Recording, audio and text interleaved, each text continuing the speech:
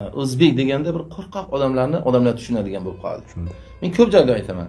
Chechenlar nechta desam ko'pchilik har bir 70-80 million bo'lsa kerak deydi. Chechenistonda 1 million chechen bor. 1 million chechen bor. Chechen desa qo'rqib qoladi. Rossiyada o'zingiz ko'rib yuribsiz. O'ris ham qo'rqadi, boshqa mamlakatda.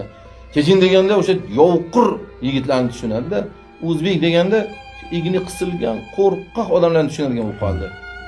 Men o'zim Moskvada ko'rib ichim achiganda 70-80 ta odam tursa, bitta formali odam kelsa, u ichki ishlar bo'lish shart emas, bir o't o'chiruvchi bo'lsa ham-da, endi bojxonachi bo'lsa ham formalikni ko'rsa 80 kishining orqasiga o'tib ketib, bunday qilib turadi-da o'zbek. Nimaga? Jaloliddin edi-ku, mendirman edi-ku. Nimaga menman deya olmay qoldi o'zbek? Mana shu 30 yillik iskanja odamlarni qo'rqoq qilib qo'ydi. 30 yildagi o'sha yuraklarimizga kirgan qo'rquv yurakda tomir otdi. Biz tommanada men ham qo'rqaman. Hamma qo'rqadigan bo'lib qoldi. 3 kishi gaplashsa, uchinchisidan shubhalanadigan bo'lib qoldik. Chunki shunday bo'lib qoldi. Hamma bir-birini sotadigan bo'ldi. Birlashmaydigan. Ha, birlashmaydigan. Bu meni juda katta dardim. O'zbek birlashmaydi.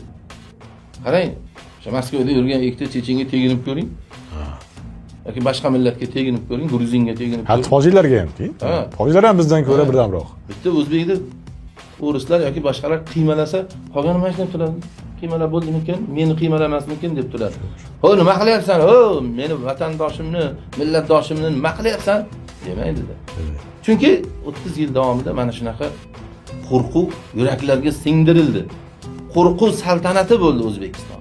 Mana Xudoga shukr, endi dunyoga chiqyapmiz.